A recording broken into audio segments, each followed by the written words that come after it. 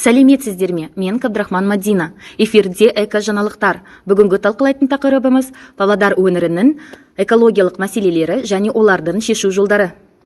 Бірінші мәселе ауаның ластануы. Атмосфераның ластануының негізгі көзі өнеркәсіп, әсіресе энергетикалық қондырғылар мен көлік құралдары болып табылады. Бұл мәселені шешу үшін өнеркәсіптік шығарындыларды азайту, экологиялық таза кәсіпорындар құруды ұсынамын. Екінші мәселе жер мен су ортасының ластануы. Су мен жердің өнеркәсіптік ластануының негізгі түрлері минералдар, биологиялық заттар, улы қосылыстар. Мәселені шешу жолында ластаушы заттардың түрлерін суға жібермеу үшін су қоймаларына тазарту жүйелерін орнатуды ұсынамын. Үшінші мәселе орман алқаптарының ластануы және жойылуы. Орман алқаптары адамның шаруашылық қызметі нәтижесінде, өрт кезінде және зиянкестермен зақымдану нәтижесінде біржола жойылады. Ағаш кесу кезінде жапырақтар мен инелерден бастап үгінділер мен бұтақтарға дейінгі барлық қалдықтарды жою қажет.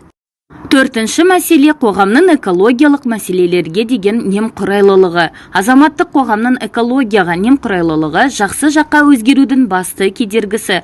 Қала бойынша экология мәселелері туралы үгіт ақпараттық плакаттарды тарату.